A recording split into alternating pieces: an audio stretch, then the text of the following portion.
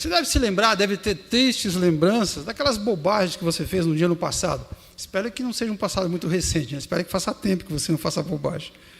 Mas você faz bobagem às vezes. Por exemplo, tive uma namorada, tive um namorado no passado, que aquilo foi um trambolho, né? Foi um pé na cova. Em vez de trazer alegria, satisfação, felicidade, só trouxe dor de cabeça, né? Eu abri um negócio, saí da empresa onde eu trabalhava, abri um negócio, aí quebrei a cara, em vez de ficar rico, milionário, como eu tinha pensado, fiquei mais pobre do que eu era. Eu fiz uma besteira, eu queria viajar com a minha família, e planejei, usei o dinheiro e gastei, e no final a viagem foi terrível, nem foto eu guardei daquela viagem, de tão ruim que foi. Eu fiz uma coisa errada e deixei uma pessoa que eu amava, muito triste, magoei uma pessoa que eu amava, uma pessoa que era muito importante para mim, e toda vez que eu me lembro, aquilo dói no meu coração. Eu tive um problema emocional, mas não era tão grande. Os psicólogos falavam que era uma bobagem qualquer, mas eu valorizei muito. Eu passei uma semana lá, a minha família achando que eu fosse me matar, mas não era coisa tão grande, quer dizer, trouxe um peso desnecessário. Quer dizer, você pode ter feito um monte de bobagem no passado, talvez você tenha algumas lembranças dessas, né? A questão é que a gente fez essas bobagens, em parte ou boa parte disso, porque em certo momento da nossa vida a gente é completamente imaturo, como se fôssemos crianças, não só espirituais, mas crianças existenciais. A gente não sabe viver como adulto vive. Mas a notícia que eu tenho para te dar é boa, que o evangelho é uma coisa boa, não é?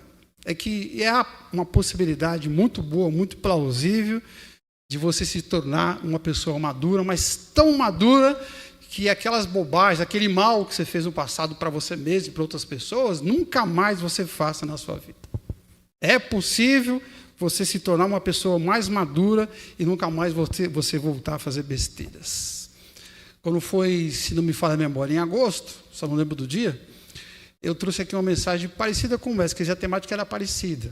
O texto era: sede santos ou sede perfeitos, assim como é perfeito o vosso Pai celestial. E lá eu te falei o seguinte: olha, para você amadurecer, para você ser perfeito como Deus espera que você seja, você precisa olhar para Deus e enxergar como Deus é, porque muito da sua incapacidade de fazer as coisas corretas e agir como uma pessoa madura, perfeita, como Deus espera, é porque você não consegue enxergar Deus da forma correta. Lembra disso, não? Na verdade, você olha para Deus e lembra do seu pai, o Zé Ruela do seu pai, que pisava na bola, que mentia, que fazia promessa e não cumpria, que faltava em casa. Então, às vezes você olha para Deus e pensa que é o seu pai, mas não é.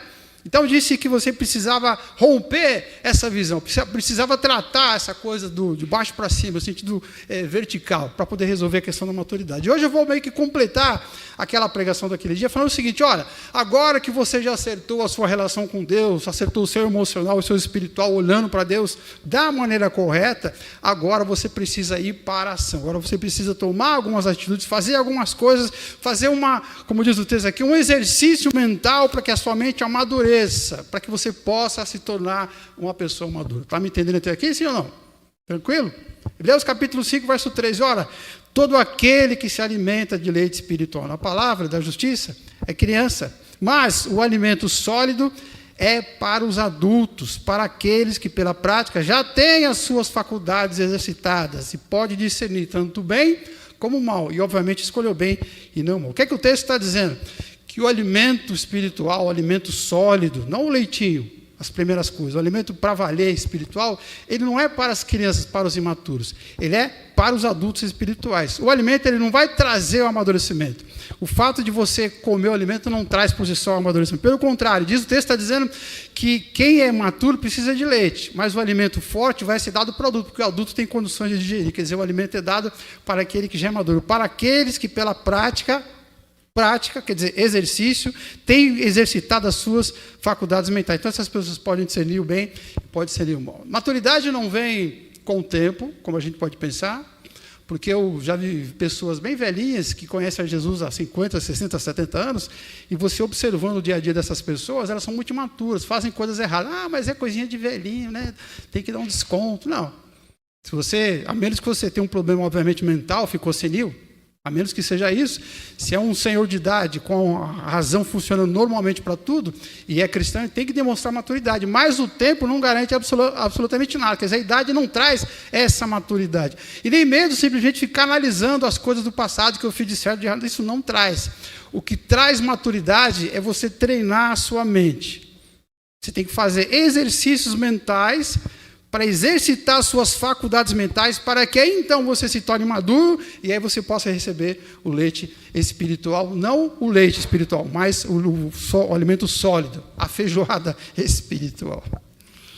Em outras palavras, maturidade para aqueles que pela prática têm as suas faculdades mentais exercitadas para discernir não somente o bem, mas também o mal. E hoje eu quero falar um pouquinho sobre isso. E, para dizer a verdade, essa pregação me deu um pouquinho mais de trabalho do que o normal, porque eu precisava falar de um assunto que a psicologia também mexe muito com ele, que é justamente a questão da maturidade emocional, psíquica do ser humano. É claro, né? Fiz a lição de casa. E aí fui lá, desde a base, né?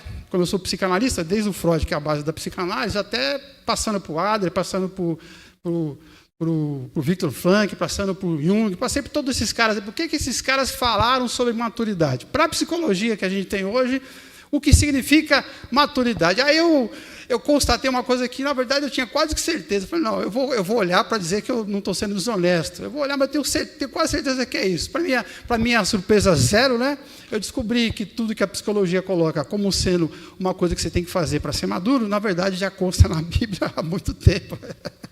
Então, eu vou ficar com a Bíblia, então, que é mais prático, né?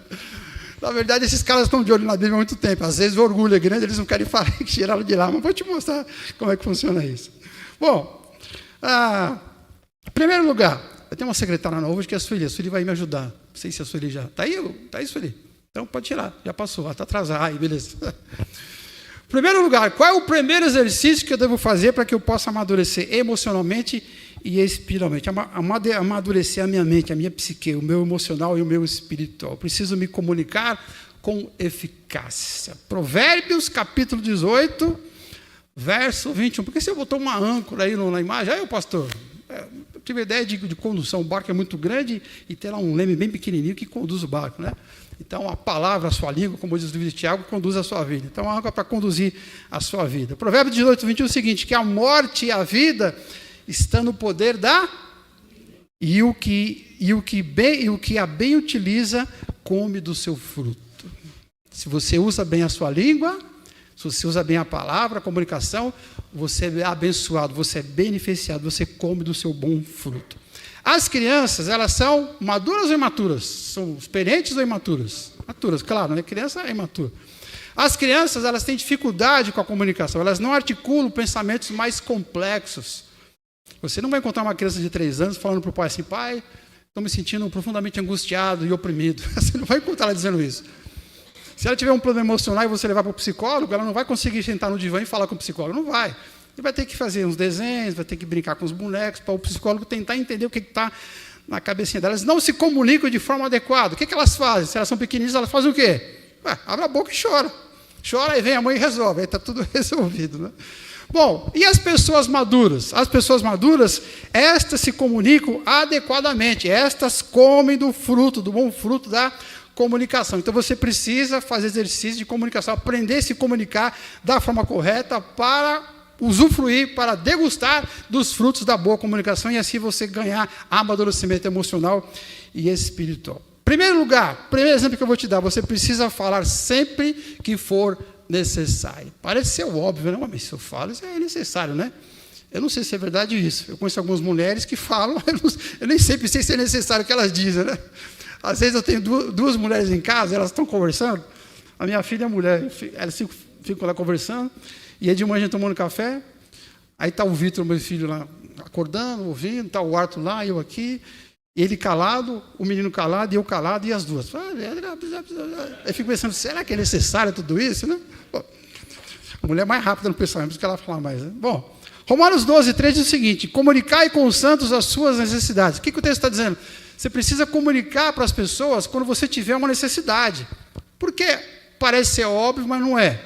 Às vezes, você precisa falar para alguém alguma coisa que está te incomodando, uma necessidade sua que você precisa ser suprida, e você simplesmente não fala. Por exemplo, a mulher está cuidando da casa dela, lavou, cuidou, e ela começa a reparar que a parede não está boa, mas ela não fala nada com o marido. Aí a outra parede começa a ficar ruim, depois mais uma parede, e aí com o tempo a questão da casa não está bem cuidada, apesar dela fazer toda aquela faxina, aquela limpeza, manter impecável, ela vê que as paredes não estão com uma cor boa, está meio desbotada, e aí ela começa naquela angústia, ai meu Deus do céu, essa casa, não estou me sentindo bem nessa casa, o que ela tem que fazer? Vai pintar? Não, pintar não. Chama o marido, não. As paredes estão ruins, vamos pintar a nossa casa. Mas, por incrível que pareça, às vezes, ela não fala. Espera que o marido adivinhe a necessidade dela. Estou te dando um exemplo da vida conjugal, mas acontece em várias esferas do nosso relacionamento. Às vezes a gente espera que as pessoas adivinhem o que a gente está precisando. Não, você tem que falar o que você está pensando, não só o que você está pensando, o que você precisa que as pessoas saibam. Segundo exemplo, precisa falar no momento oportuno, no momento certo. Diz assim, o livro de Eclesiastes, que há um tempo para todo propósito debaixo do céu. Inclusive, há um tempo para falar e deixar de falar. Você precisa de um aumento de salário. E aí você está planejando em falar com o seu patrão da sua necessidade. Naquela manhã, a hora que chega na empresa, você descobre que o patrão foi assaltado, foi sequestrado, roubaram a casa dele, roubaram o carro dele, e você chega e encosta e fala, patrão, precisa de um aumento de salário. Você falou a verdade, você precisava falar aquilo para ele, é uma necessidade sua, mas era oportuno. Não, você tem que falar no momento certo. E falar, obviamente, com franqueza o suficiente, nem franqueza demais, nem franqueza de menos. Franqueza de menos tem outro nome, você se lembra? Como é que chama mesmo? Mentira, lembrei. Franqueza de menos é mentira, você não pode mentir. A Bíblia fala assim, Efésios capítulo 4, seguindo a verdade, quer dizer, falando a verdade com as pessoas, mas olha o resto, seguindo a verdade em amor. Às vezes, aquela pessoa para quem você está dizendo uma verdade, eu falei nas fuças dele, precisava ouvir aquilo. Fez a coisa errada, eu tinha que falar, senão eu explodia. Explodia nada. Eu tinha que falar mesmo. Mas você edificou, você ajudou, você falou em amor, você falou de qualquer jeito. Às vezes, a gente olha para a pessoa, puxa vida, eu tenho que falar, mas será que tem que falar mesmo? A pergunta está errada, não é se eu tenho que falar, é se a pessoa tem que ouvir, ela precisa ouvir aquele negócio mesmo. Então você não pode ser de tipo tolerância a zero. Pergunta idiota, tolerância. Lembra desse personagem da TV? Pergunta idiota, tolerância. Era um personagem, para quem boiou na referência, né? Uns 100 anos atrás, mais ou menos, na televisão, tinha um personagem, era um humorista, fazia um personagem de humor, e era. Qual é o nome dele mesmo? Alguém se lembra? Qual é o nome dele? Se lembra? Seu Saraiva. Os velhos vão lembrar também. O pessoal da terceira guarda aí, o pessoal lembrou. Seu Saraiva, né? Boa altura. Chega no médico, no hospital, o médico, ele senta lá no consultório do médico, sentou lá, aí o médico, pois é, o senhor então está doente, está com dor? Aí ele, sentei no médico, ele perguntou se eu estava doente, estava com dor. Não, eu vim aqui só para conferir se a sua gravata está combinando com o seu escritório. Claro que eu estou com dor. Não, você não pode ser tolerância a zero. Não aguento, você não tem que falar. Fala só o necessário, só o suficiente. Então, para a gente se tornar pessoas maduras, precisamos treinar a nossa mente. E o primeiro exercício é justamente o mais simples, é comunicar com eficácia. Quem entendeu o primeiro, diga glória a Deus. Vamos lá para o segundo? Volta aí, segundo. Segundo exercício espiritual para a gente criar maturidade emocional e espiritual. Precisamos viver com simpatia. Viver com simpatia? Como assim? Vamos, bora para o texto? Filipenses 2,4. Não olhe cada um somente para o que é seu, mas cada qual também olhe para o que é dos outros. E tem de vós aquele mesmo sentimento. E a palavra traduzida como sentimento aqui, na língua original, no grego, é o sentir ou pensar. Quer dizer, tem aquele mesmo sentimento, aquele mesmo pensamento que havia em Cristo Jesus. As crianças, e é uma delícia, né? Crianças são todas simpáticas, né? Você não vê uma criança, às vezes é feinha, né? Às vezes você olha para aquela criança e fala, nossa, terrível também com os pais que tem, mas mesmo ela sendo feia, é simpática, já reparou?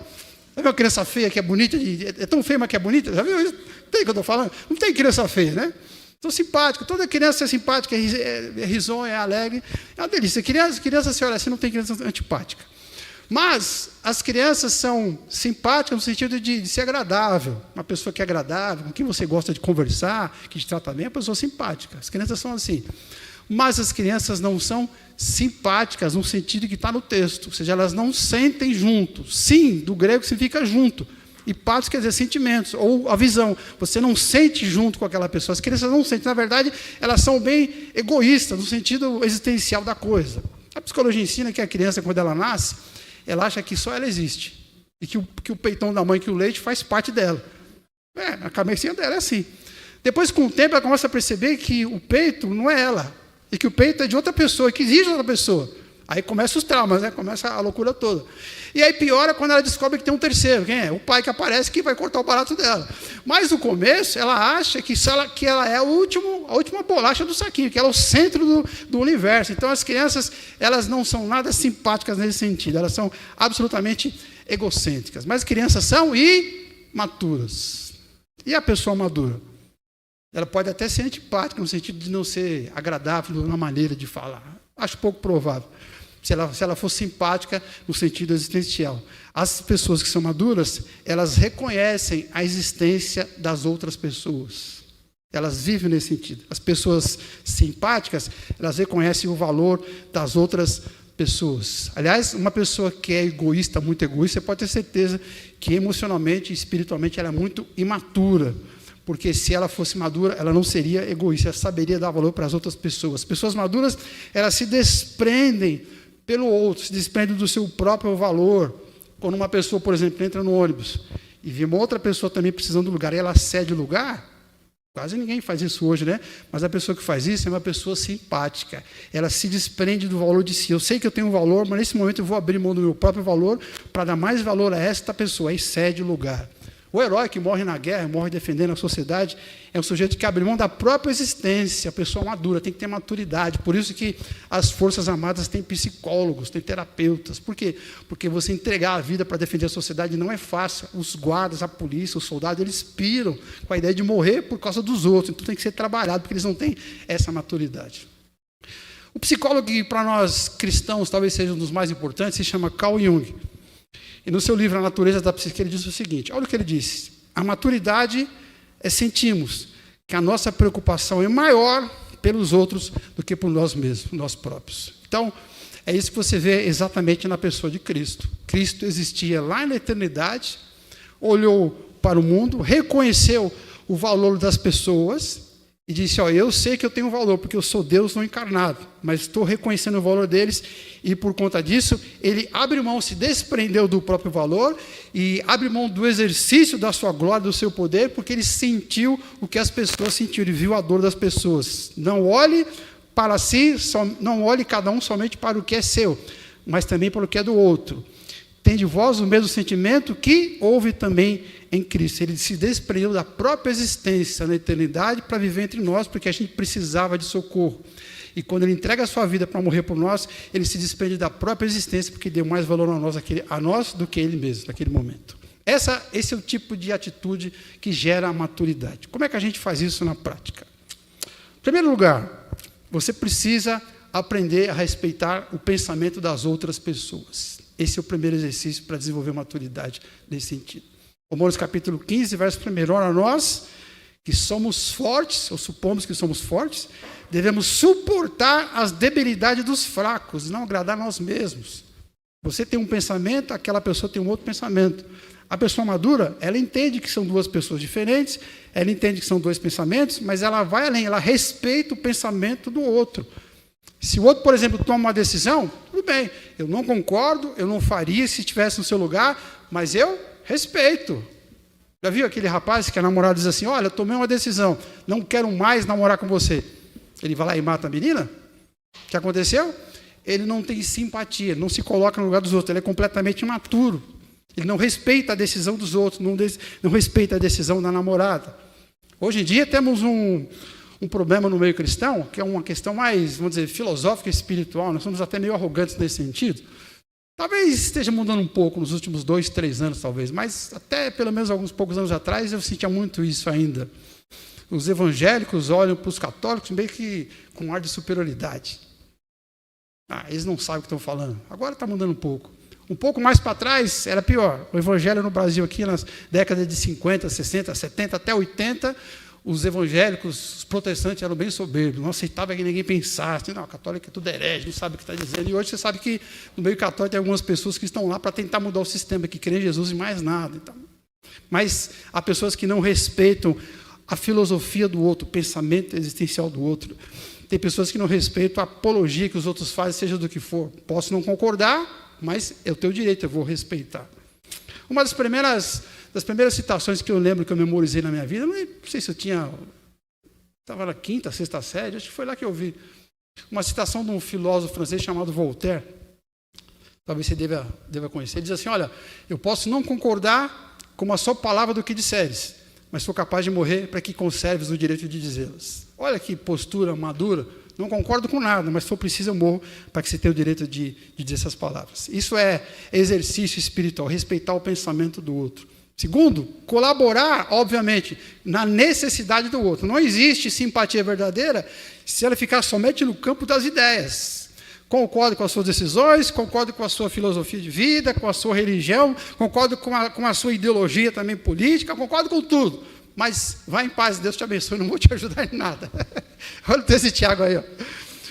Se tiver alguém necessitado de roupas ou de alimento de cada dia, e onde você disser, vá em paz, aqueça-se, fique satisfeito, se porém não lhe der nada, de que adianta isso? No nosso caso que temos fé, pior ainda. Assim também, a fé por si só, se não for acompanhada de obra, será morta. Então, para você ser simpático, não basta respeitar o pensamento do outro. Você precisa ajudar o outro na sua necessidade, colaborar com o outro na sua necessidade. Aquela frase famosa, fazer o bem faz?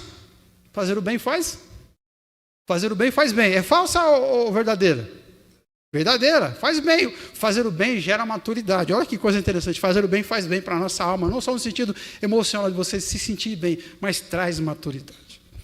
Então, a maturidade é para aqueles que pela prática têm exercitado as suas faculdades para discernir somente o bem e o mal. E qual é o exercício que a gente tem que fazer? 2, primeiro, a gente precisa se comunicar com eficácia. E segundo, precisamos viver com empatia. Terceiro lugar, precisamos exercer temperança. Aí começa a apertar um pouquinho, né? Ser simpático, pensar no outro, respeitar o outro, beleza. Falar com o outro na hora certa, falar o que precisa, a verdade, está mais ou menos bem. Agora, já exercer domínio próprio, controle, opa, aí já ficou um pouquinho mais difícil. Olha esse texto, que texto de provérbio interessante, que está ilustrado pela imagem. Está vendo que tem um sujeito ali todo detonado e atrás tem uma cidade destruída, os muros destruídos. Olha o texto aí. Como cidade derrubada, que não tem muros, é o homem que não tem domínio próprio. Se você não tem temperança, você é igual à cidade que foi construída e alguém quebrou o muro e derrubou o muro e agora ela foi invadida e foi destruída pelos inimigos. As crianças, claro, as crianças não têm temperança nenhuma, não têm domínio próprio nenhum. Por quê? Por 2 motivos. Primeiro, por causa dos próprios impulsos naturais, aqui, cheio de energia, cheio de eletricidade, ligado no 380, 220 o dia inteiro, quer fazer tudo, então não consegue se controlar, não controla os próprios impulsos. Você deixaria ela, você sai de casa e esconde o saco de bolacha, os 10 sacos de bolacha que é para o mês inteiro. Você fala, não mexe nas bolachas. Olha lá, hein? Aí você tranca a bolacha. Um amigo meu ele falou assim, quando eu era pequeno, eu abri o cadeado, que minha mãe trancava as bolachas, eu abri o cadeado e comia tudo. Se você deixar, ele come as bolachas todas, até passar mal, tem uma desinteria, uma diarreia, bagunçar tudo. Se deixar na piscina, por exemplo, das 6 da manhã às 10 da noite, o moleque sai de lá todo enrugado, todo com os beiços roxos. Já viu o moleque com beiço roxo? E tá gostoso aqui, mãe, eu quero ficar mais pouquinho, mãe. tá tremendo de frio, não sai da piscina. Deixar brincar, brinca até morrer. Porque criança não tem controle sobre os seus impulsos. E crianças, como nós, estão sujeitas também a uns impulsos externos, né? A motivação externa, no caso, a propaganda, o marketing, a mídia toda que faz uma pressão. Eu tenho certeza absoluta, como eu estou te vendo aqui hoje, Deus está vendo, que um dia você viu, há muitos anos atrás, quando você era criança, você viu lá um brinquedo na televisão, ou na propaganda, alguma criança usando o brinquedo, ou você viu se você é menina, era uma menina, viu uma bonequinha em algum lugar, você viu um brinquedo e perturbou seu pai, perturbou sua mãe. Aí um dia, para o seu azar, o azar da sua mãe, não sei, você estava passando aí perto de uma loja, aí a mãe resolveu entrar para dar uma olhada de você, mãe, olha... Olha a boneca que eu falei para você. Ô pai, olha aqui, mãe, olha o carrinho que eu tinha, a bola que eu falei. Eu tenho certeza que a sua mãe falou para você aquela frase que nunca mais eu vou esquecer, porque magoou muito meu coração. Ela falou, filho, na volta a gente compra. Essa é clássica. Ai, Jesus. As crianças estão sujeitas porque elas são imaturas. São sujeitas aos impulsos. Mas e o adulto? O adulto tem que ser maduro, não pode ser um adulto infantilizado, emocionalmente infantilizado. Os adultos, eles controlam as pressões externas, diferente das crianças. Por quê? Porque ele tem que controlar para que ele possa se desenvolver.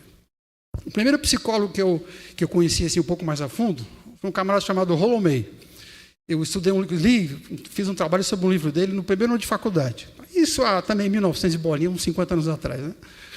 Para nós cristãos também é um psicólogo bastante importante, porque ele abriu um pouco assim, o caminho da espiritualidade na questão da psicologia.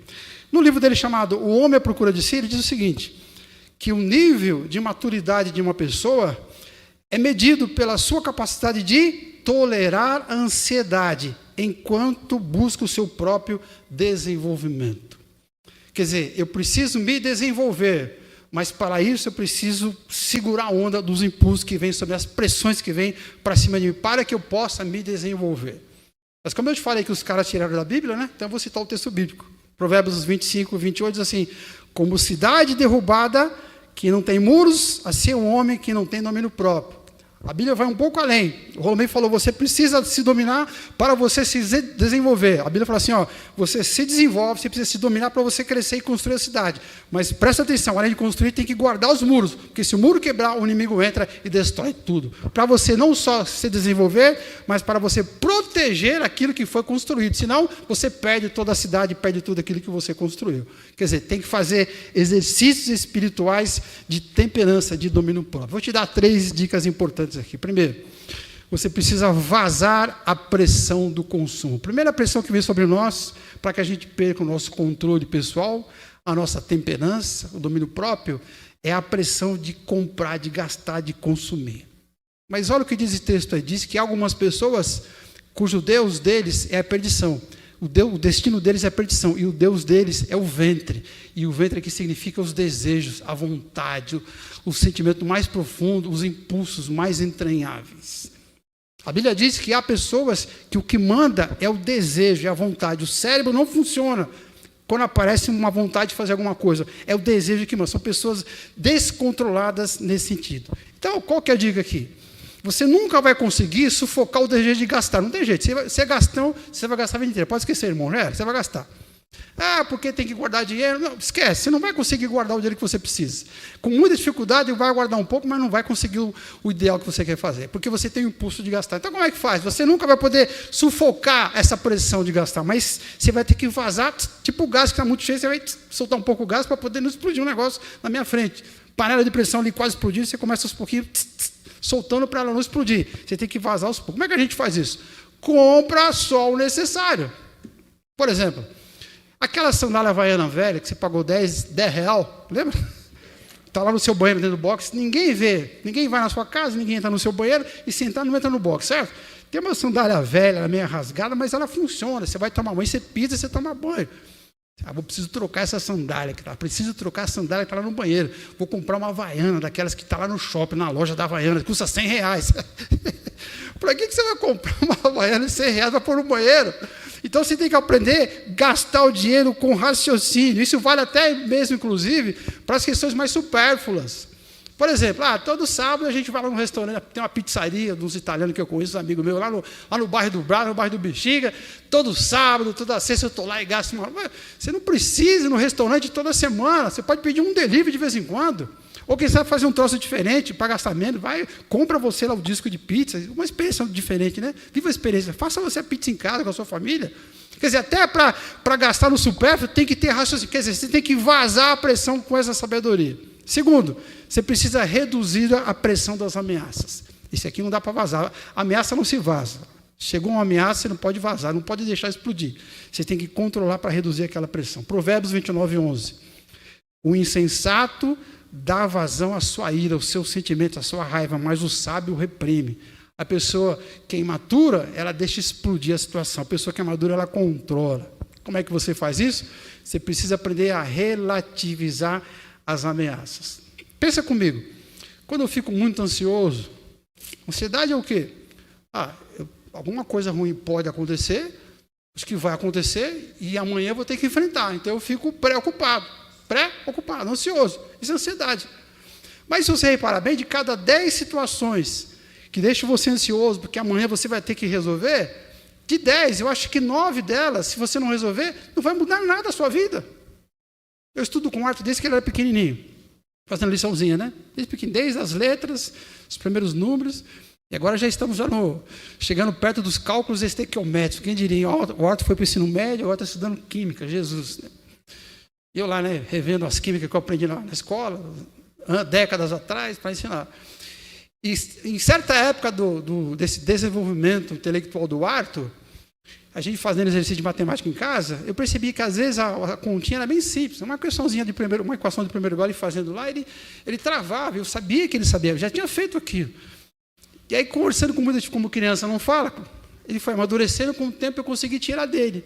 Ele falou assim, mas se eu errar, ele estava angustiado, com medo de errar. Mas sabe o que eu falei? Umas 3 vezes eu falei e foi o suficiente. Presta atenção, é só um pedaço de papel, com um monte de rabisco ou com tinta. Se você errar, seu pai vai te expulsar de casa? E como ele é meio medroso, né? Ele teme a Deus pra caramba. É um cara bem crente. Se errar, você vai para o inferno? Se errar você, sua mãe vai te abandonar? O que vai acontecer? O máximo que vai acontecer é o quê? Nada. A gente vai pegar a folha, vai rasgar, vai jogar fora, fazer de novo. Então, há ameaças que não têm o menor sentido, entende isso? Então, para controlar, reduzir essa pressão das ameaças, você precisa ter esse bom senso de relativizar algumas coisas. Às vezes, a ameaça é verdadeira, lembra? Das 10 eram 9, não tinha importância, mas às vezes uma tem importância. Por exemplo, tem uma pessoa que começou a trabalhar com você, está fazendo um trabalho junto com você, e você começa a perceber que aquela pessoa não é tão competente como o patrão achou que ela fosse. E ela trabalha junto com você. E lá pelas tantas, a incompetência dela começa a prejudicar o seu trabalho. E se a coisa continuar daquele jeito, vocês dois vão perder o emprego. Opa, aí você tem uma ameaça verdadeira, eu preciso lidar com isso. Mas não é brigando com o cara, não é xingando ele, não é fazendo fofoca, esse cara é incompetente, não. Isso só vai piorar. O que você faz? Encosta nele e começa a ajudar o sujeito. Você está reduzindo a pressão da situação. E, em terceiro lugar, você precisa canalizar a pressão das tentações. Como é que eu desenvolvo o domínio próprio? Uma das maneiras é você canalizando essa pressão toda das tentações. Essa não tem jeito. Se você não suprir a necessidade, ela vai explodir. E, às vezes, explode, ela não deve. O exemplo mais clássico, 1 Coríntios 7,5, é a relação sexual no casamento. Diz assim, não se privem um ao outro, a não ser por mútuo consentimento. Quer dizer, só se a patroa ou o patrão concordar durante um tempo. Ele diz, mesmo assim, por um tempo, para que Satanás não vos tente.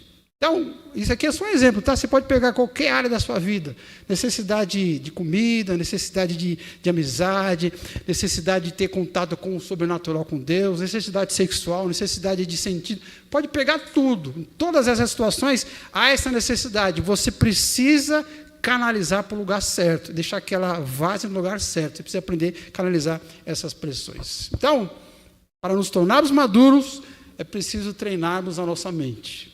O texto de Hebreus diz que a maturidade é para aquela pessoa que, pela prática, tem as suas faculdades mentais treinadas para discernir o bem e o mal. Então, a gente precisa aprender a se comunicar com eficácia, viver com simpatia e exercer temperança.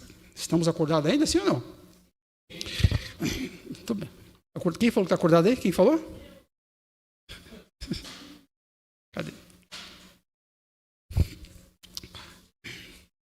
Quinto lugar. Quarto? Opa. Obrigado quem soprou aí. Quarto lugar. Precisamos tratar a nossa frustração. Diga comigo assim, com toda a força do coração. Diga assim, ai, ai, ai, ai, ai. Ui, ui, ui, ui, ui. Isso é um baita do B.O. Frustração é uma coisa que ninguém gosta. E normalmente a gente não trata bem a frustração. Veja o que diz a Escritura. Porque aprendi a viver contente em todo e qualquer, tanto sei estar humilhado, como também sei ser honrado. De tudo, em todas as circunstâncias, já tenho experiência, tanto de fartura, como de fome. De abundância, como de escassez. Tudo posso naquele que me fortalece. Quer dizer, eu posso aguentar o tranco da frustração. As crianças fazem isso, elas tratam bem a frustração? A criança não trata bem a frustração. Como é que a criança lida com a frustração? Ela bate no amiguinho, ela senta a mão no pé do ouvido do moleque que está do lado dela. Ela quer o brinquedo do outro. Eu quero o brinquedo. Assim não dá. Ela vai lá e bate no outro, morde o outro, pega o brinquedo. É assim que adulto faz? Claro que não, né? Tá, se ela não pode bater no amiguinho ou bater na mãe, o que ela faz? Ela chora. Para você fazer o que ela quer. E se ela continua frustrada, o que ela faz? Faz birra.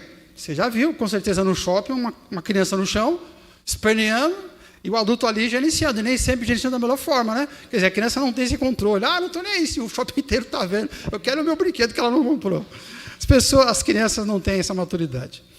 Mas a pessoa que é madura, ela sabe tratar bem a frustração, ela mantém a compostura, ela contorna aquela situação, então ela consegue desenvolver maturidade. Quais são os exercícios para poder desenvolver essa maturidade, para aprender a lidar com a frustração? Em primeiro lugar, você tem que aprender a perseverar o suficiente. Esse versículo, eu quero que você preste muita atenção e guarde no seu coração, que ele tem um macetezinho para você entender. Diz assim, ora, a perseverança tem que ter ação completa, para que você seja perfeito e íntegro e nada deficiente. Quer dizer, para você alcançar o objetivo, não basta só perseverar. Essa perseverança tem que completar um ciclo. Começo, meio, intermediário e fim. Não basta você, se você precisa perseverar 3 tempos, não basta perseverar 2. Se você perseverar 1 e 2 e for preciso 3, você perde o que você queria. Tem que fechar o ciclo, as pessoas às vezes não entendem isso. Eu tenho uma sobrinha que por acaso está aqui hoje. Até onde eu sei, pedi para a minha espinha perguntar para ela, escuta, ela entrou na faculdade, mas quanto tempo para entrar na faculdade? Então ela queria fazer medicina. Sabe que é um cursinho fácil de entrar, né? Você sabe, né? Moleza, para fazer medicina numa escola pública, moleza, né? Particular vai pagar 10, 15 mil. Você tem 15 mil para pagar numa escola todo mês, né? Vamos para a pública. Difícil, né? Vestibular é complicado. Aí fez 1 ano de cursinho. Acabou o ensino médio, fazer cursinho. 1 ano de cursinho. Na média, prestou 10 vestibulares no ano. Tomou pau, não conseguiu nenhum lugar. Aí o que você faria? Eu acho que eu ia pensar se era para continuar, né? Vou fazer economia na FMU, que é mais fácil. Vou fazer administração de empresa lá na Unip, sei lá. Não, eu quero a medicina. Aí mais 1 ano de cursinho, toma 2 anos de cursinho, 10 vestibular por ano e nada. Aí pirou, fez terapia, né? Foi parar na terapia, e agora, doutor, como é que faz? Vamos desistindo? Vamos, e agora? Ora, ser expulso, assim, os demônios, sei lá, o demônio da... Busca oração. Aí fez 3 anos de cursinho, mais 10 vestibular na média por ano. Aí finalmente passou, agora está aí, né? Glória a Deus, já está na metade do curso. Mas repara, se tivesse parado no primeiro ano, não chegaria lá. Se tivesse parado no segundo, muito menos. E para vestibular não é um trampo fácil. É o dia inteiro estudando, velho. Você sabe que eu prestei um concurso esses dias, né? 8 horas por dia estudando. Imagina para um vestibular desse nível. Então, para que você alcance o que é preciso, é necessário que a sua perseverança seja suficiente. Então, se eu estou frustrado, não adianta fazer birra, ficar lamentando, não. Você continua insistindo, continua trabalhando, mas trabalha o suficiente, vai até onde for preciso. Segunda dica, você precisa buscar alternativas. Eu estou frustrado porque não deu certo. Bom, de repente, você perseverou até o suficiente, mas pode ser que não seja mesmo o seu caminho. E se tiver um outro caminho? Eu podia fazer medicina, por exemplo, na Bolívia ou no Paraguai, dá para rolar isso, né? Pode ser uma possibilidade. Quer dizer, há outras possibilidades? Eclesiastes capítulo 11, olha o que diz o velho e sábio Salomão. Semeie pela manhã a sua semente, e à tarde não repouse a mão. Quer dizer, plante de manhã e plante de tarde. Por quê? Porque você não sabe qual prosperará, se essa, se aquela, se a da tarde ou da manhã. Então, ele diz o seguinte, diversifique, como dizem os economistas, diversifique o seu investimento. Não aposte todos assistem numa única coisa. Então, se, por exemplo, a vida financeira não está boa, então, se ela pensa em outra possibilidade, eu posso trocar de empresa. Eu tenho uma profissão, eu posso trocar de empresa. Ou eu tenho um negócio, eu vou trocar de sócio, vou abrir outro negócio. Mas se não está dando mais naquela área, pense em mudar de área. Vou ter que voltar a estudar? Talvez, fazer um curso. Mas não quero mais trabalhar, então abre uma empresa, sei lá, abre uma lojinha no shopping. Então não vai virar pastor de igreja pequena que não dá, né? Não dá muito dinheiro. Mas do contrário, você tem que diversificar os seus investimentos existenciais para poder driblar a frustração. Se você não faz isso, aí fica frustrado. Vê, fulano tentou e deu certo, o outro trocou e deu certo, e eu estou aqui frustrado. Por quê? Porque não tentou, porque ficou na mesma. Você tem que diversificar os investimentos na sua vida. E terceiro, e eu acho que o mais importante, você precisa compartilhar a sua frustração. Algumas pessoas acham que ficar caladas diante do sofrimento é sinal de maturidade, mas é justamente o contrário.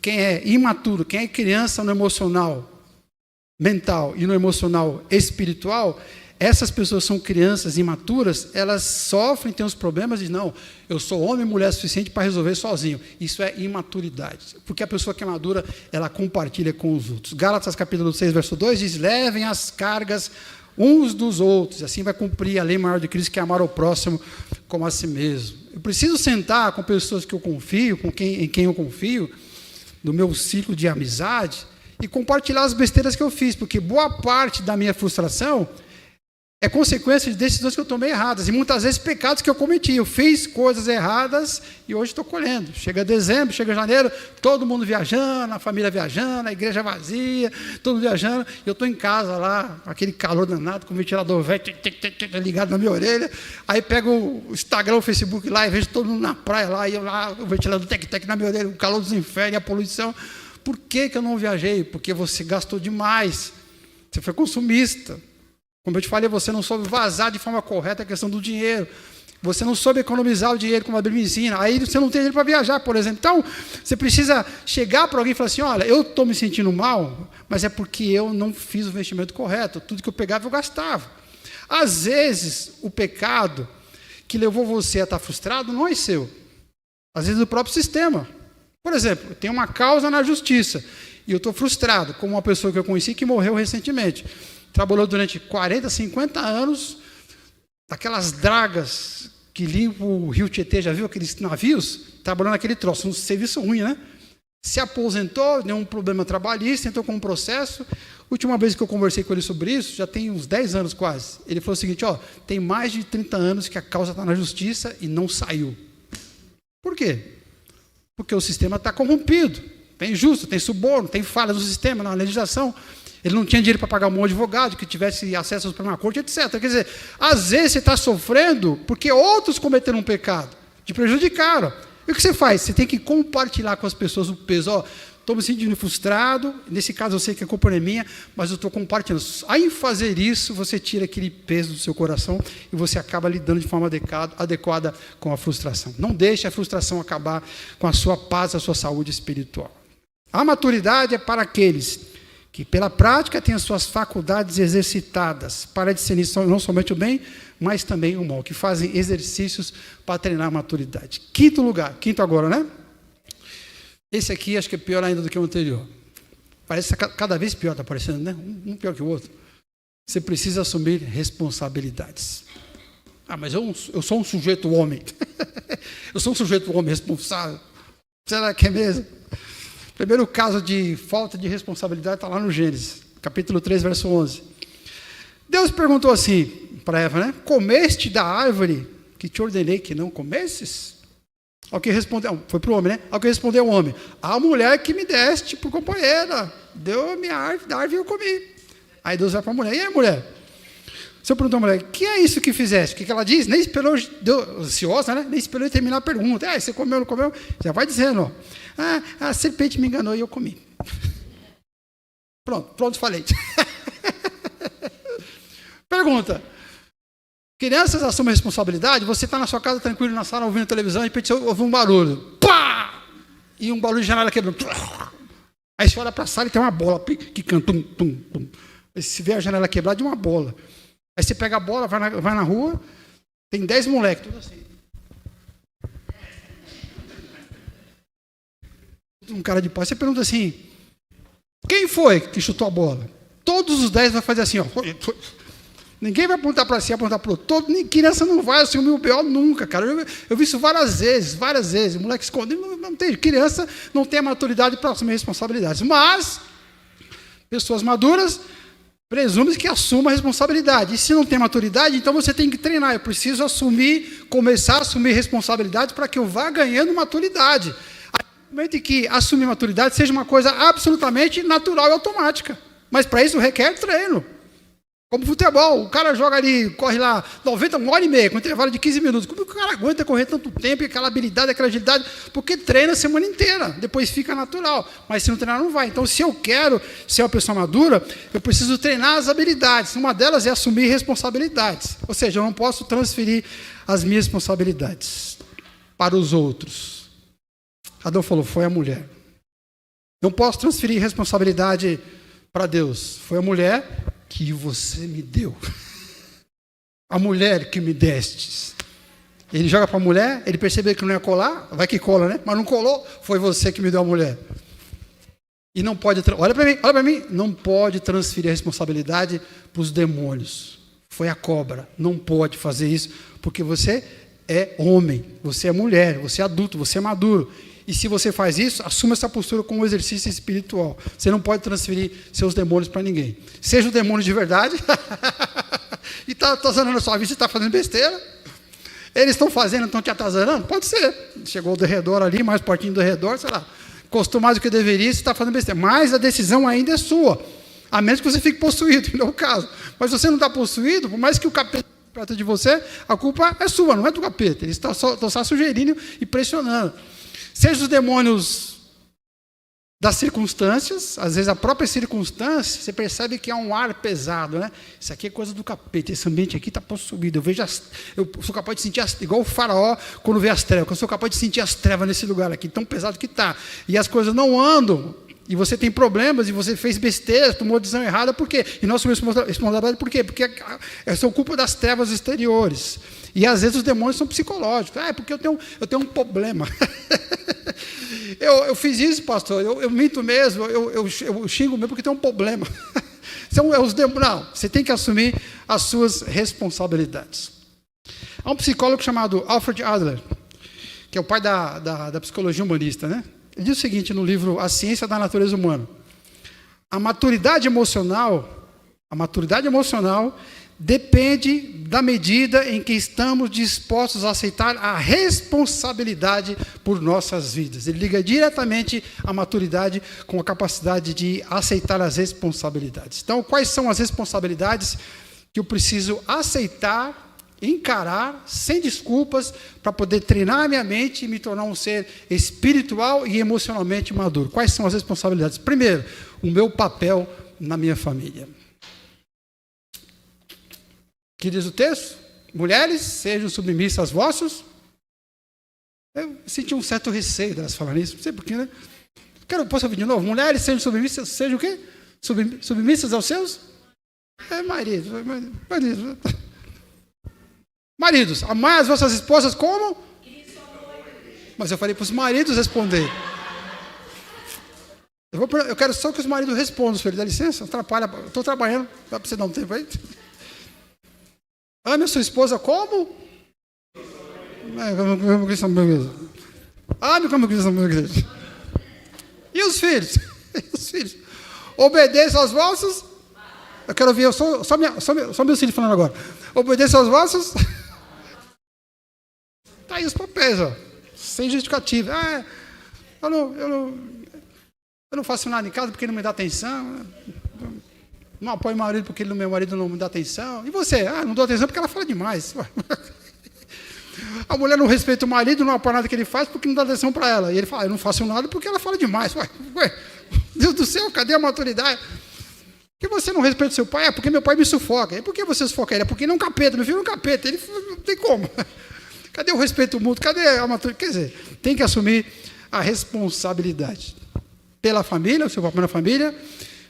Preste atenção, assuma a responsabilidade pela sua própria felicidade.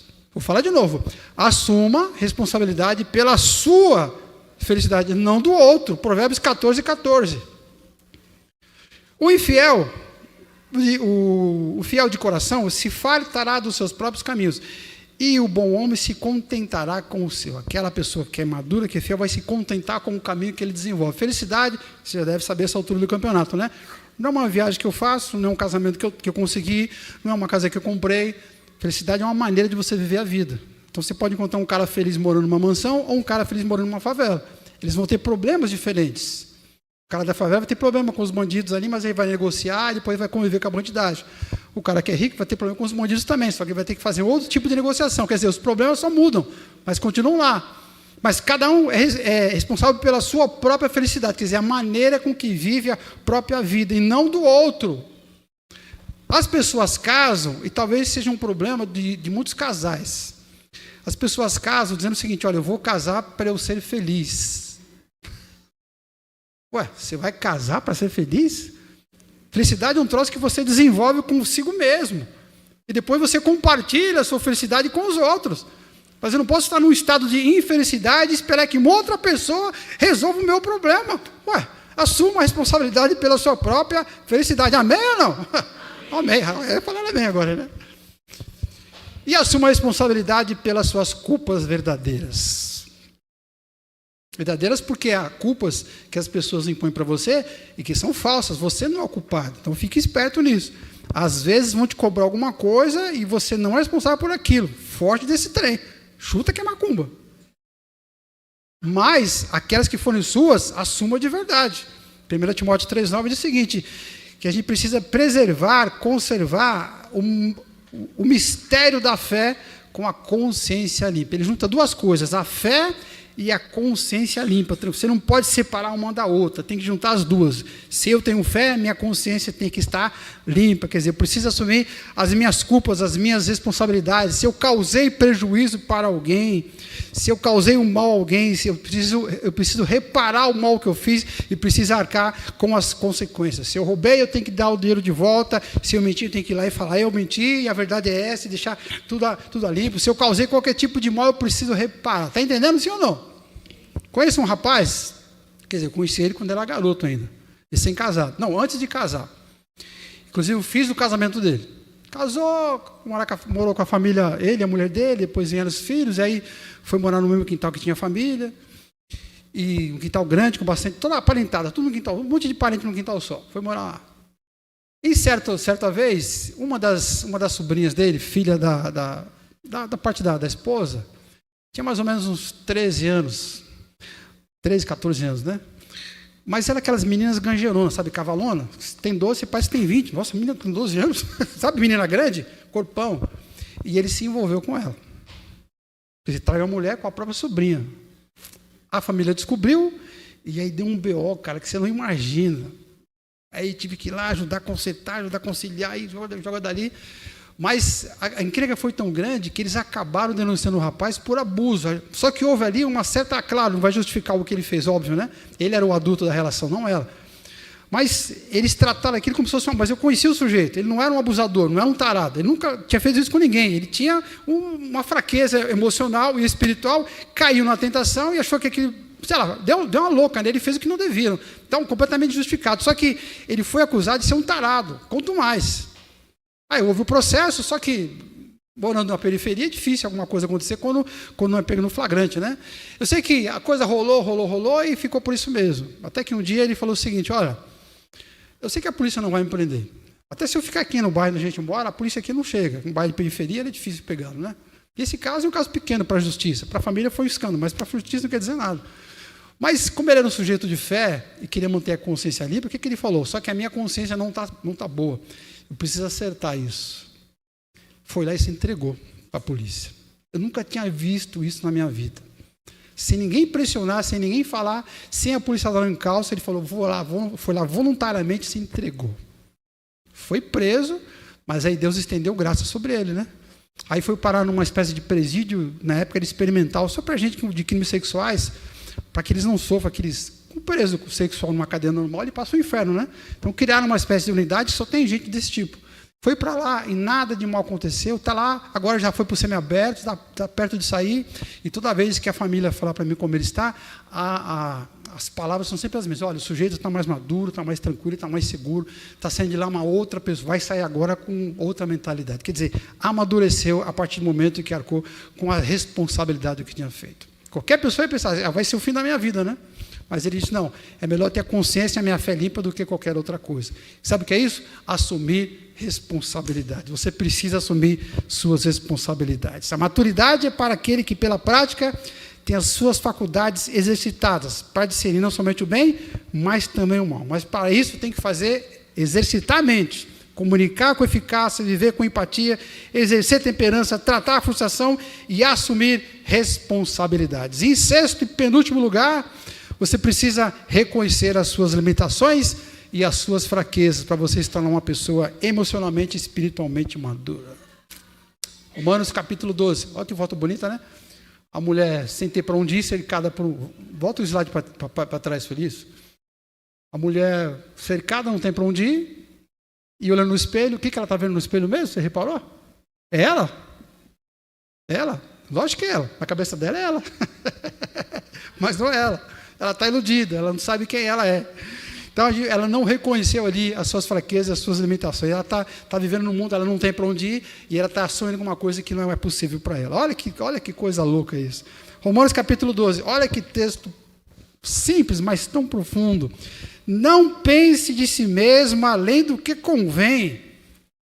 Eu não posso achar que eu sou o que eu posso, o que eu não posso, e nem posso achar que eu não posso o que eu posso. Não posso pensar nem a mais e nem a menos do que eu sou, mas na justa medida.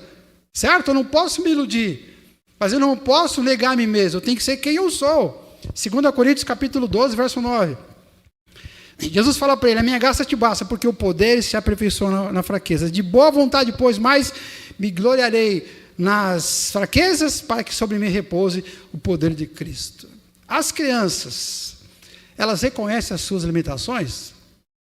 Quando eu tinha não lembro se eram 2 ou 3 anos de idade. Eu sei que eu abri o olho, percebi que eu acordei e olhei, meu pai não estava. E eu percebi que ele tinha acabado de sair. Eu morava numa travessa da Celso Garcia, ali perto da Concórdia.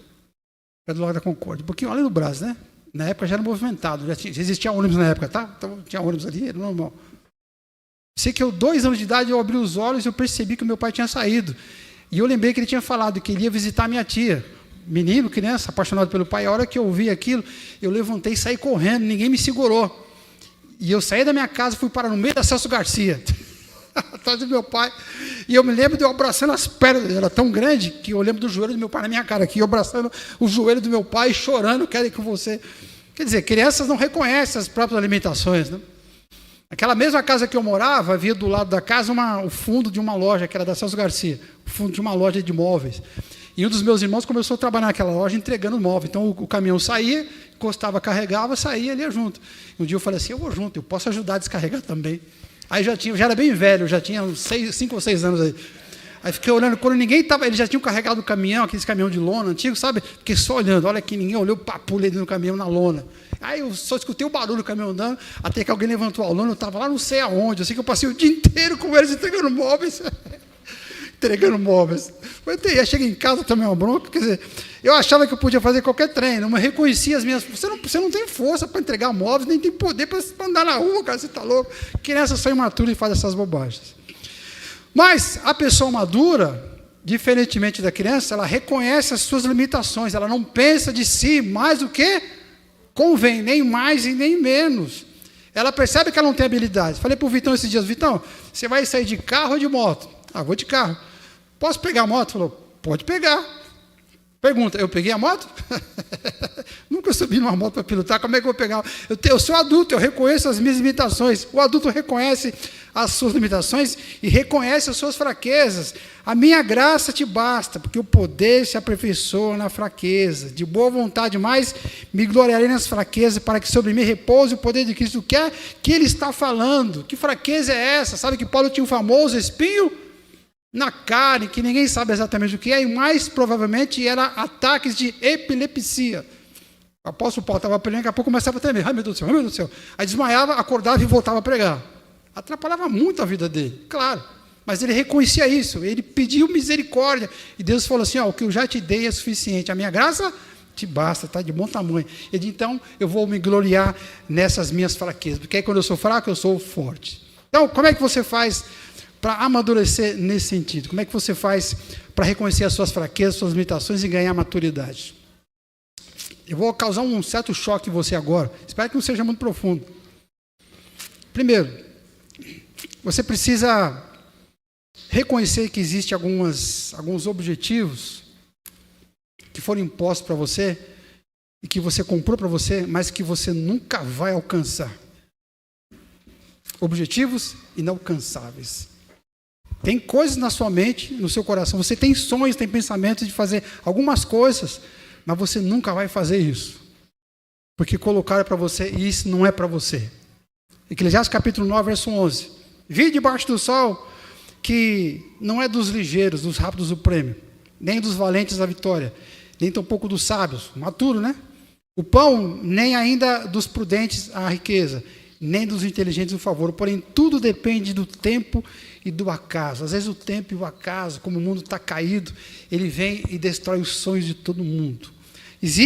Eu preciso reconhecer que para fazer algumas coisas, eu não tenho habilidade suficiente. Às vezes vai me faltar conhecimento, se não faltar conhecimento, às vezes vai faltar prática, às vezes eu vou ser gordo demais para fazer aquilo, às vezes é um trabalho que é um sonho que só um homem pode fazer, eu sou mulher, às vezes tem que ser uma pessoa mais nova, eu sou muito velho, às vezes a concorrência é muito grande, eu quero fazer algo, mas tem muita gente fazendo, não vai dar certo, às vezes são os percalços, você está aqui organizando, o governo muda uma lei e muda tudo, quer dizer, às vezes são ilusões, tem coisas que são ilusões. Quer ver a pior das ilusões, a mais comum hoje? É a ilusão da rede social. Aquilo é uma loucura. Você olha aquelas mulheres se maquiando, aquelas mulheres bonitas, você fala, nossa, eu acho que é a mulher do espelho, né? Acho que eu vou dar um trato, quem sabe, né? Fica igual. Nunca vai ser daquele jeito, porque sempre vai ter uma mulher lindíssima. Aí você vê os caras fortes, você fala, nossa, o cara fortão, mas acho que se eu treinar eu consigo chegar lá também. Mas você nunca vai ser forte igual ele, cara. E aquele cara rico, mas o cara disse que é fácil, que é só trabalhar, o cara é coach, não sei do quê, e ensinou como é que faz. Esquece, meu. Você nunca vai ser bilionário, trilionário como ele. Você nunca vai ter. Você vê aquele molequinho de 5 anos lá da China, da Coreia, sei lá onde, tocando violino, como se estivesse brincando. E você fala, puxa vida, aí você se sente um idiota, eu sou idiota. Um moleque de 5 anos, tem um sujeito, eu acho que ele é da Bulgária, se não me engano, ele fica andando na rua, e num lugar que tem muita gente de vários países. Ele para as pessoas na rua e pergunta, where are you from? Quer dizer, de onde você é? Aí um é coreano, o outro é japonês, o outro é do não sei o que questão, sabe aqueles países, Jaburuquistão, não sei o questão da vida aí, ou você é do Brasil, já vi falando com o cara do Brasil, ele pergunta de onde você é. E a hora que a pessoa fala de onde é, ele começa a conversar com a pessoa na língua dela. Fala, meu Deus do céu, eu não consigo nem falar inglês direito, nem o português direito. Eu nunca vou ser igual aquele cara. Então, as redes sociais colocam umas loucuras para a gente, e se você se deixar levar, aquilo começa a te levar para um sonho que, na verdade, é uma ilusão. Às vezes a gente precisa citar esse salmo aqui do Davi, quando ele fala assim, Senhor, não é soberbo o meu coração, Senhor, não é altivo o meu olhar, Salmo 131, né? Eu não ando, olha o que ele diz, eu não ando à procura de grandes coisas, nem de coisas maravilhosas demais para mim. Tem coisas que ele está dizendo, tem coisas, Deus, que eu sei que não são para mim. Essa é a primeira dica. E a segunda, você precisa tirar as traves dos olhos. Para você poder amadurecer, você precisa tirar as traves dos olhos. Para você poder amadurecer, precisa reconhecer os seus limites. E para reconhecer os seus limites, você precisa tirar as traves dos seus olhos. Lucas 6,41. Porque vês tu o argueiro, o cisco, né? No olho do teu irmão, porém não reparas a trave que está no teu próprio olho. É uma pergunta retórica de Jesus que a gente já sabe a resposta. Por quê? Porque eu sou louco, porque eu sou imaturo, porque eu sou criança, eu não tenho entendimento. O que ele está falando aqui? Está falando na linguagem psicológica? É o que Carl Jung chama de sombras, né? São aqueles defeitos, aquelas coisas que existem em nós que estão escondidas e que de vez em quando elas se manifestam para atrapalhar a nossa vida. Aí Jesus, claro, a palavra de Deus reconheceu isso, mas aumentou um pouquinho, completou o perfil todo. Não só aparece e atrapalha, mas te leva para um segundo pecado, uma segunda situação, que é a tal da hipocrisia. O tipo de pessoa que vê alguém mentindo e fala, que esse camarada está mentindo. Não começa a falar da pessoa, o cara está mentindo, o cara é mentiroso. Só que ele não percebe, enquanto ele está falando que o outro é mentiroso, ele está cometendo o pecado da difamação, da fofoca. Quer dizer, ele não percebe a sombra que está nele. E a pessoa que vê o outro que é mesquinho, nossa, como você é mão de vaca, né? Por que você não ajuda as pessoas aí? Eu ajudo. Aí começa a falar tudo que ele ajuda. Olha, eu dei tanto para isso, tanto para aquilo, eu doei não sei o quê. E critica o outro, vê o cisco no outro, mas não vê a trave. Enquanto o camarada é mesquinho, que não tem como contribuir, não quer ajudar com ninguém, ele é arrogante, ele faz para todo mundo ver. Jesus falou que esse cara recebeu a recompensa dele, né? São as sombras. Você tem que lidar com os seus traumas que existem na sua alma desde pequeno, ou até recentemente, aconteceu alguma coisa e hoje isso bagunça a sua vida, você precisa reconhecer esse tipo de coisa. Você não pode deixar que as traves tomem conta da sua vida, que os pecados tomem conta da sua vida. Não pode deixar que os traumas tomem conta da sua vida. 2 Coríntios capítulo 12, verso 10, pelo que sinto prazer nas fraquezas, nas injúrias, nas necessidades, nas angústias, por amor de Cristo, porque quando eu sou fraco, é que eu sou forte. Eu olho para uma pessoa e vejo, essa pessoa está deprimida, não faz nada, vive deprimido, né? E às vezes eu não olho para mim mesmo e falo assim, tá, ela é deprimida, mas por que eu sou tão tímido? Porque eu tenho um trauma e não resolvi ainda. A minha autoestima é ruim, eu não consigo falar com ninguém. Aquele viciado lá, acabou com a vida dele, senta o pau no viciado. E às vezes a pessoa que está criticando o viciado é a pessoa que não consegue se relacionar bem com a sua esposa ou com o seu marido. Por quê? Porque sofreu um trauma na infância e não consegue se abrir para ninguém. Porque você está olhando a trave no outro e não olha para a sua própria dificuldade. Em último lugar, o sétimo exercício espiritual e emocional, o sétimo exercício existencial para você fazer e conseguir desenvolver maturidade na sua vida. Sabe o que é? Procurar os sentidos da vida. Todos os sentidos que a vida possa te mostrar. Provérbios 22, 3. O insensato percebe o mal e se esconde. E o imaturo e inexperiente segue adiante e sofre as consequências sobre a pena. As crianças, como eu te falei, elas não têm capacidade de expressar coisas mais complexas. Mas elas também não têm raciocínio, noção de coisas mais complexas. Elas não conseguem entender a questão de angústias. Às vezes, dependendo da idade, às vezes é a questão da saudade. Ela sente uma coisa esquisita, mas não sabe descrever a saudade que está sentindo. Criança nenhuma chega para o pai e fala assim, pai, imagina um moleque de 5 anos chegando para o pai e falando assim, pai, por que a gente está no mundo? 5 anos, né? Para onde a gente vai? Por que existimos? Uma criança não faz esse tipo de pergunta. Para ela só vive a vida. Vai tocar na vida. Elas não procuram o sentido da existência. Mas as pessoas que não têm maturidade, as pessoas imaturas, são um pouquinho diferentes das crianças nesse sentido. Agora a analogia não é perfeita. Quer dizer, um pouquinho diferente. As crianças não têm noção de sentido de vida. As pessoas imaturas, elas têm essa noção. Elas se perguntam, eu sou imaturo, mas eu percebo que há uma coisa errada. Por que eu estou nesse mundo? Para onde eu vou? Por que eu faço? Por que eu levanto todo dia de manhã, tenho que trabalhar e fazer a mesma coisa todos os dias? Ela faz isso, mas tem uma diferença. Ela não, do cara que é maduro, ela não se esforça para responder de fato as perguntas que ela faz. E aí ela ignora as consequências disso. Olha de novo o Provérbios. O sensato, ele percebe o mal que está ali. E o imaturo, ele faz de conta que não vê, ele não percebe. Ele é inexperiente, ele não percebe o mal que é viver sem sentido para a vida e para outra vida também. Ou seja, ele só vai tocar na vida. O insensato percebe o mal, se esconde, e o inexperiente segue adiante. Ele vai tocar na vida como Deus manda. Andando do jeito que for, está tudo certo. E no final o que acontece? Ele arca com as consequências. Ele não percebe, segue adiante e sofre a penalidade, sofre as consequências. Qual penalidade? Qual consequência? Para a gente acabar, preste atenção. Quais são as consequências? É você levantar de manhã, dia após dia, mês após mês, ano após ano, e fazer sempre a mesma coisa. Trabalha, traz a comida, come, consome, depois vai para a igreja, vai viajar e volta, e fica nisso, tá. Passou 1 ano, passou 2 anos, passou 10 anos, e aí? É isso? A vida é fazer isso? Não tem mais nada do que isso? E depois da morte, não vem mais nada depois disso? Quem fica nesse ciclo sem respostas, acaba não amadurecendo, porque não buscou respostas verdadeiras. Então, você tem que fazer 2 exercícios para resolver essa questão e a gente encerra por aqui. 2 exercícios. Primeiro, descobrir qual é a vocação que você tem para este mundo. 1 Timóteo capítulo 4, verso 14. Não seja negligente com o dom que a gente... Olha para mim aqui, olha para mim. Cada um de vocês, todos, sem exceção, tem uma habilidade e tem algo para fazer neste mundo. Presta atenção. Não é só cuidar da família, ganhar dinheiro, sustentar a casa. Isso é uma obrigação.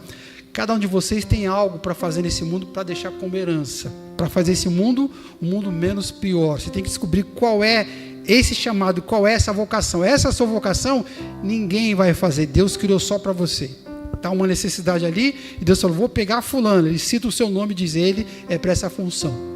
Se você não fizer, ele não vai levantar ninguém para ficar no seu lugar. Aquela necessidade vai ser suprida de outra maneira, mas ninguém vai fazer o trabalho que você faria. Por isso é intransferível, inegociável e inegligenciável. Você não pode negligenciar. E essa tarefa, preste atenção, esse trabalho, se você descobrir, é o que vai dar sentido para o tempo que você tem aqui na vida. Se você não descobrir qual é essa vocação, sua vida vai ser levantar, trabalhar, viajar, comer, namorar, igreja, depois passar ano, entrando e aí acabou. E a vida é isso mesmo. Não, a vida não é só isso mesmo. Tinha um sujeito que estava no campo de concentração. Você se lembra disso, né? Campo de concentração, nazismo, década de 40 do século passado. Ele era um psicólogo, foi preso. O nome dele era Viktor Frankl. Foi preso. E ficou preso ali no campo de concentração durante muito tempo. E ele conta certa vez o seguinte, ele pensou, puxa vida, eu tenho duas opções. Eu estou aqui com fome, a roupa toda velha. Tem duas opções. Eu posso ficar andando o dia inteiro aqui no pátio, no meio da areia, no meio da pedra, tentar achar um resto de pedaço de arame para consertar a minha bota que está rasgada, a minha bota que está quebrada, que é rasgada, ou a minha roupa que está rasgando. E olhar para isso aqui e falar, puxa vida, que desgraça de vida. Eu era um psicólogo, tinha meu consultório, vivi a guerra, agora como eu sou judeu, estou preso. Eu tinha essa possibilidade. Ou eu tinha uma segunda, qual era? Era fechar os meus olhos, imaginar a guerra acabando, depois eu voltando para o meu consultório e pegando essa experiência daqui, falando, olha, quando você tem uma visão de algo para fazer, fica tudo diferente. Aí ele abriu os olhos e conseguiu suportar o nazismo. Viktor Frankl. Tem um livro dele que o título é o seguinte, Em Busca de Sentido, um psicólogo no campo de concentração. Ele diz o seguinte, aquele que tem um porquê para viver, pode suportar quase qualquer coisa. Se você tem um porquê, você pode suportar qualquer maneira de viver. Você pode fazer qualquer troço. Essa é a primeira dica. A segunda e a última dica para encontrar sentido para a sua vida é crer e praticar o Evangelho de Jesus de Nazaré. Quando você entende o Evangelho, você crê no Evangelho, você recebe o Espírito de Deus, você recebe o poder de Deus, você recebe iluminação de Deus, recebe iluminação de Deus para entender qual é o seu propósito nesse mundo. Muitas pessoas não sabem para que estão no mundo, porque não tem iluminação e por si só não consegue buscar. Mas quando você tem relação com Deus, com o Espírito de Deus, Ele te revela o que é que você tem que fazer nesse mundo, além de cuidar da família, além de trabalhar, além de vir para a igreja. Tem um trabalho para você fazer, a razão de você existir. E o Evangelho te dá esse poder. Só que Ele te dá, além dessa capacidade de chegar à tua vocação para este mundo, Ele te dá uma segunda vocação. Presta atenção para acompanhar o raciocínio. O Evangelho, quando chega em alguém, ele te mostra o sentido para você viver. E mostra também de que maneira você vai usar essa vocação para ajudar a construir o reino de Deus. O reino de Deus é uma coisa fantástica, maravilhosa, eterna, que está em todos os lugares e está em nós ao mesmo tempo. Já veio, mas também virá. É um negócio muito louco. Mas é maravilhoso.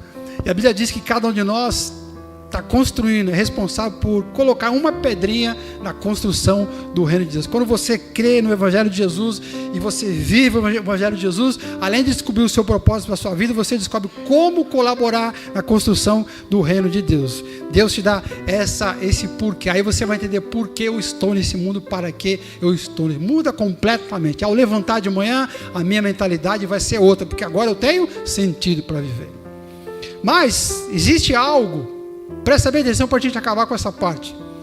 Existe algo que nenhum dos psicólogos conseguiram entender e conseguiram sugerir. Freud, Lacan, Piaget, todos eles disseram o seguinte, olha, depois da vida física, acabou. Não tem propósito. Acabou, é isso, você tem que se conformar com isso. Como é que você se conforma com a não existência? Não tem como. É como se citasse aquele texto de 1 Coríntios, né? Se Cristo não ressuscitou, se não tem vida depois da morte, façamos o que mesmo? Comamos e bebamos, que amanhã morreremos. É isso. Mas é isso? Não, pelo contrário. Tem outros psicólogos, por exemplo, o Adler, que eu citei, o Rolomei, o Jung mesmo. Eles não se conformaram com isso, mas foram um pouquinho mais além. Eles perceberam que depois da morte ainda tinha alguma outra coisa, mas eles não conseguiram identificar, mas eles abriram o caminho para entender, ó, há algo lá, e você tem que descobrir, só não sei como. Mas aí ajudou muito. Quem era psicólogo e era cristão ficava meio doidão. E agora? Mas aí esses caras ajudaram, tem um caminho, só não mostrou qual era. Quando você, como diz o livro de Atos, né? Eles acharam a Deus meio que apalpando em trevas, né? Sem saber onde estava encostando. Então há uma coisa que, quando você crê no Evangelho, que nenhuma dessas pessoas, nenhum desses psicólogo e não do mundo, mais famoso que seja, conseguiu te entregar para as pessoas, que é o sentido para a vida eterna. Depois da morte, não é o fim, é o começo de uma nova era, de uma nova vida. Primeiro o seu corpo ressuscitado, novinho, folha, um corpo transformado. a sua mente aberta para enxergar tudo aquilo que você não enxerga, entender o que você não entende, conhecer como sou conhecido, como diz a Escritura, e lá você vai entender o teu propósito eterno, poder rever tudo que era para rever, fazer o julgamento das nações, julgar o próprio diabo e adorar a Deus e servir a Deus por toda a eternidade. É um propósito eterno. E isso ninguém pode dar a não ser o Evangelho de Jesus Cristo. Ele te dá o sentido para esta vida, ele motiva o sentido para essa vida e te dá um motivo para você viver eternamente. Nas palavras de Jesus, ele resumiu tudo isso na seguinte frase: eu vim para que vocês tenham vida, e vida em abundância. Isso ninguém pode fazer a não ser o Evangelho. Quer encontrar o sentido? Está aí as 2 dicas para você esta noite. Vamos ficar em pé, por gentileza?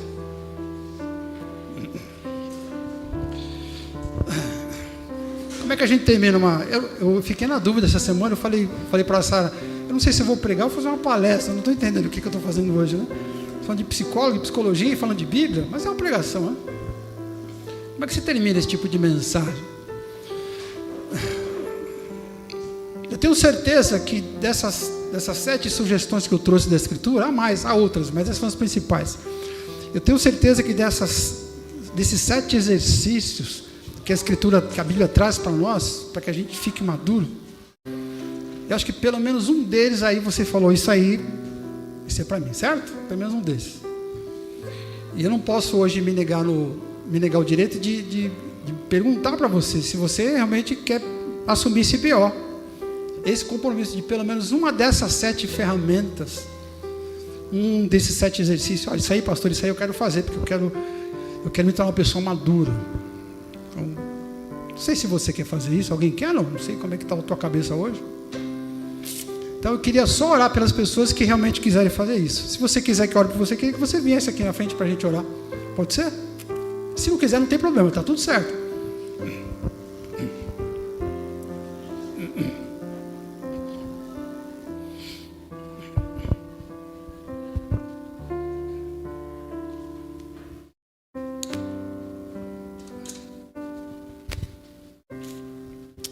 Amém, glória a Deus. Chega mais pertinho, pode encostar um pouco mais aqui, encosta mais.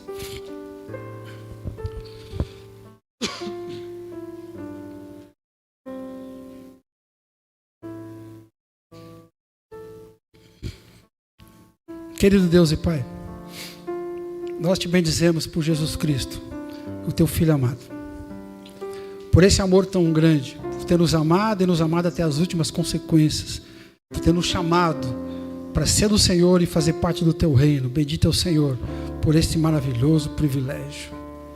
Nós somos pequenos, nós somos falhos, e agora estamos aqui juntos, como igreja, para reconhecer diante do Senhor que nós somos crianças, nós somos imaturos, não temos a maturidade que a gente precisava. Já era para a gente estar ouvindo a palavra sólida, o alimento sólido, mas a gente ainda precisa das primeiras palavras, porque somos imaturos como criança, mas a gente não quer continuar desta maneira. Esse é o sentimento e o pensamento destas pessoas que estão agora aqui diante do Senhor, pedindo para que o Senhor as ajude, para que elas possam exercitar, praticar estes exercícios espirituais, todos, 1, 2 ou 3, não importa. Então nós te pedimos nesse momento, ó Senhor, Deus Todo-Poderoso, Criador dos céus e da terra, Deus cheio de graça e Deus cheio de poder, vem agora com a tua mão poderosa e toca no coração, toca na alma, toca na existência, toca no interior da mente, da psique, da pneuma, do espírito de cada uma dessas pessoas que estão aqui. Toca, Senhor Deus, em nome de Jesus. Dá forças, dá poder, dá autoridade, derrama sobre elas a capacidade para que elas possam, a partir desta noite, honrar este compromisso de praticar estes exercícios a que se dispuseram a praticar. Em nome de Jesus, enche-as do teu Espírito e dá a elas este poder, ó Deus. Em nome de Jesus, eu te imploro por aquelas que têm problemas emocionais profundos, ó Deus, traumas da sua infância, traumas da juventude, ou traumas que tiveram recentemente, mas que hoje têm perturbado, atrapalhado as suas vidas. Vem com a tua mão curadora, Senhor, e restaura a saúde da alma destas pessoas, em nome de Jesus. Venha, ó Deus, com a tua mão perdoadora e purificadora, e limpa também aqueles que estão aqui, que estão dominados por poder das trevas, dominados por tentações, por pecados. Livra aqueles que estão aqui, que não conseguem se libertar dos comportamentos pecaminosos. Liberta, Senhor Deus. Transforma, Senhor Deus. Dá sentido para essas vidas, dá maturidade para essas vidas. Obrigado, Deus, porque podemos chegar diante do Senhor. Bendito é o Senhor, porque a tua bondade tem chegado até nós. Abençoa essas pessoas, nós te imploramos em nome de Jesus. Amém e graças a Deus. Amém? Vamos aplaudir o Senhor Jesus pela palavra bem forte? Amém, glória a Deus.